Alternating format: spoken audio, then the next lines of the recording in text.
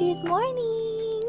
Finally, nag-decide din akong lumabas ng kwarto dahil ilang araw na ako nandito sa loob. Dito sa temporary accommodation ko is merong malapit na park. So, yan. Nilakad ko lang siya hanggang dulo kasi super lawak nito guys. So, nung na-reach ko na yung dulo, bumalik na ako, hindi na ako umikot sa ibang way. Super ganda ng ulap, grabe. Tapos kahit may araw dito, malamig pa rin yung hangin. Nung pabalik ako, meron ako nakitang play area. So nag-decide ako magstay muna and in-enjoy yung swing. Tumalikod ako sa mga taong dumadaan kasi nahihiya ako. Ito yung view ko.